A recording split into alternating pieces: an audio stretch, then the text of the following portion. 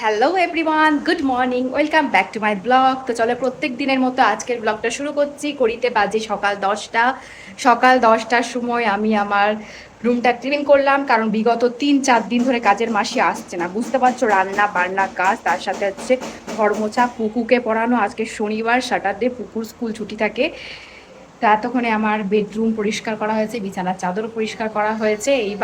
এইবার আমি পুকুকে স্নান করাবো। রান্না বান্না প্রায় হয়ে গেছে, কিছুটা করেছেন আমার শাশুড়ি মা। তো চলো এখন থেকে ব্লগটা শুরু করছি। আর যারা ডেলি ব্লগ আমার দেখো, প্রত্যেক দিনের মধ্যে একটাই রিকোয়েস্ট করো, প্লিজ আমার চ্যানেলটিকে সাবস্ক্রাইব করে আমার পাশে থেকো, আর অবশ্যই একটা করে লাইক করে দিও। তো চলো, এই যে আমার পুকু টেবিল কালকে এসেছে ঠিক বিকেল 4টের সময়। বিকেল 4টে থেকে টেবিলটা পাওয়া গেছে, তখন থেকে টেবিল চেয়ারটা নিয়ে বসে আছে, ছাড়ছেই না। সকাল সকাল চলে এলাম রান্নাঘরে, আর রান্নাঘরে আজকে চলে এসে দেখলাম আজকে নিয়ে এসেছে পালং শাক। তো এই যে দেখতে পাচ্ছ পালং শাক, যেটা কিন্তু আমাদের শনিবার দিন বলো মঙ্গলবার দিন বলো এই মেনুটা কিন্তু হবে, সেটা হচ্ছে পালক পনির। শনিবার দিন কিন্তু বেসিক্যালি আমাদের বাড়িতে শনি মঙ্গলবার এই পালং শাকের পালক পনির বা পনিরের যে কোনো একটা রেসিপি হোক, সেটা কিন্তু শনি মঙ্গলবার হবে। তা আজকে ভাবলাম যে না, বেশ কিছু পনির রয়েছে ফ্রিজে, তাই আজকে করে নিলাম পালক পনির। এটা কিন্তু রাত্রেবেলায় রুটি হোক বা পরোটা হোক বা লুচি হোক, যেটাই হোক না কেন, সেটা দিয়ে কিন্তু সত্যি খেতে দারুণ লাগবে। তো আর এদিকে নিরামিষ রান্না ছিল, আজকে বেশিরভাগ রান্নাই করেছেন মা, কারণ আজকে যেহেতু মাসিরা আসেনি, আজকেও আমাকে ঘরটার মুছতে হয়েছে, তাই বেশিরভাগ রান্নাই কিন্তু আজকে মা করেছেন। বাড়িতে মোট 4-5 জন ব্যক্তি, তো আমাদের সবারই কিন্তু খাওয়া দাওয়া করতে গেলে আলাদা।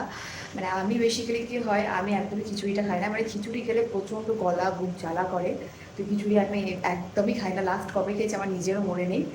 আর যেহেতু খিচুড়িটা ও বেশি পছন্দ করে, ওর জন্য খিচুড়ি হচ্ছে, আর আমাদের জন্য যেহেতু ভাত হচ্ছে। আর একই বাড়ি একই ফ্যামিলি, কিন্তু সব আলাদা আলাদা। যারা করে তারাই কিন্তু বোঝে। তো কিছু তো করার নেই, সবাই যে যেটা খাবে সেটা তো করতেই হবে।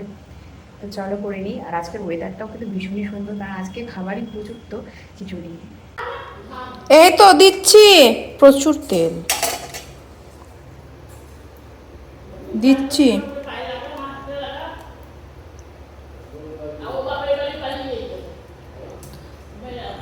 দেখো কতটা তেল, প্রচুর। রুটিগুলো রুটিগুলো হচ্ছে ক্যাথার সমান। এই রুটি, তুমি যে রুটি নিয়ে এসছো, ও পুরো ক্যাথা। এক একটা রুটি নুন আর নেই, আছে। এগুলো হচ্ছে ধাবার রুটি। মানছি ধাবার রুটি, কিন্তু তা বলে এটা তো এবার পুরো ক্যাথা না। এটা এটা রুটি বটে এটা। হ্যাঁ, কথাটা তুমি ভুল বলনি, কথাটা তুমি ঠিকই বলেছ। বলছি রুটিটা, এটা এটা আমার করা রুটি। আমার করা রুটি বোধ হয় এর থেকেও পাতলা, মানে এই পার থেকে ও পার দেখা যাবে। আর এটা দেখো, রুটিটা দেখো। বাজারের প্রত্যেকটা রান্না ভালো বলবে, নিজের বইয়ের রান্নাগুলো। এটা আবার রুটি হলো, এটা শক্ত, আর প্রত্যেকটা জায়গা কাঁচা রুটির। ভেবে চিনতে কথাটা ঠিকই বলেছো।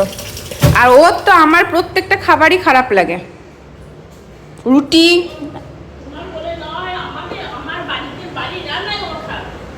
আমি মানুষটাই তো বাজে। ঘড়িতে বাজে প্রায় 1টা, দেখেছো? 1টার সময় আমি মুছছি ঘর। আজকেও কাজের মাসি আসেনি, আর ঘর না মুছলে আমি কিন্তু একদমই থাকতে পারি না। ঘর না মুছে থাকা অসম্ভব ব্যাপার। এই 1টার সময় ঘর মুছলাম, তাহলে ভাবো কি হয়েছে। পুচকুর প্রচণ্ড ঠান্ডা লেগেছে। পুচকু সোনার এত ঠান্ডা লেগেছে কি বলবো, নাক দিয়ে একদম সেই পোটা পড়ছে। তো এখন ভাবছি তেল মাখিয়ে ওকে স্নান করাবো, তেল মাখিয়ে নেবো। থেকে আমার ঘরটা একদমই পরিষ্কার করা হয়নি এতক্ষণে। দেখো বাজে প্রায় ঘড়িতে 1টা। এতক্ষণে আমি আমার রুমটা ক্লিন করলাম। মাসি সকাল সকাল মুছে চলে যাবো, গিয়ে বাবুকে আগে স্নান করাবো, স্নান করিয়ে ওকে খাওয়াবো, তারপরে মানে স্বস্তি, একটা দীর্ঘ নিঃশ্বাস ফেলার সময় আছে। তো চলো ওকে আগে স্নান করিয়ে দিই, প্রায় 1টা বেজে গেছে। আরে সেনগুলো নষ্ট করো না এভাবে, প্রচণ্ড বদমাশ আর দস্যি, সেন্টগুলো পুরো নষ্ট করছে। এখন ঘড়িতে বাজে প্রায় 2:30।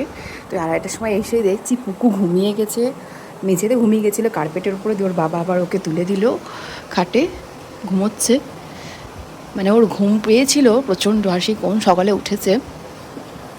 আজকে আস্তে আস্তে আমার প্রায় দেখছি ঘুমিয়ে গেছে। আমি পর্দাগুলো দিয়ে দিই, কারণ লাইটটা বন্ধ না করলে ও আবার উঠে যাবে, তো সেই জন্য পর্দাগুলো দিয়ে দিই।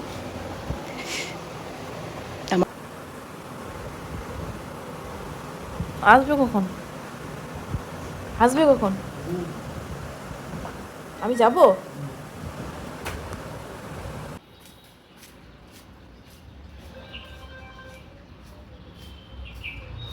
তো তোমরা তো দেখলে ও কোনো রকমে খেয়ে দিয়ে হন্তদন্ত হয়ে বেরিয়ে গেল, যেহেতু ওর কাজ ছিল, একটু তাড়াহুড়ো ছিল, সেই হিসেবে কিন্তু ও বেরিয়ে পড়লো। আর আজকে মানে মা ওকে খেতে দিয়ে দিয়েছে, মানে আমার শাশুড়ি মা ওকে খেতে দিয়ে দিয়েছে, আমাকে আর খেতে দেওয়ার কোনো প্রয়োজন হয়নি। তো আজকে তোমাদের দেখাবো একটা সুন্দর শাড়ি। দেখো কি সুন্দর কালারটা, তাই না? এটা কিন্তু পুরো সিল্ক, আর এটা হচ্ছে পার্পেল কালার। এই শাড়িটা আমাকে বেশ কিছুদিন আগে এসে মা গিফট হিসেবে দিয়েছে, সামনেই পুজো বলতে পারো। তো এটা মেন শাড়ি নয়, তবু এই শাড়িটা দিয়েছে।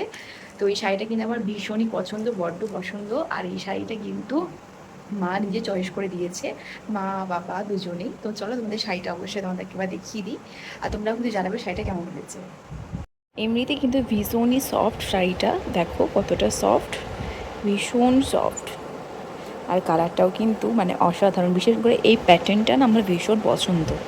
আর এই হোয়াইট ব্লাউজটা থাকলে ব্যাস কোনো কথাই হবে না, একদম ক্রিমি হোয়াইট। জানিও কিন্তু তোমরা কেমন লাগবে। এই সুন্দর শাড়িটা কিন্তু আমাকে মা দিয়েছে এই 1 সপ্তাহ আগে, যেহেতু মা এসেছিল, তো সাথে করে মা এই শাড়িটা নিয়ে এসেছে। শাড়িটা আমার কিন্তু ভীষণই পছন্দ হয়েছে। আর তোমার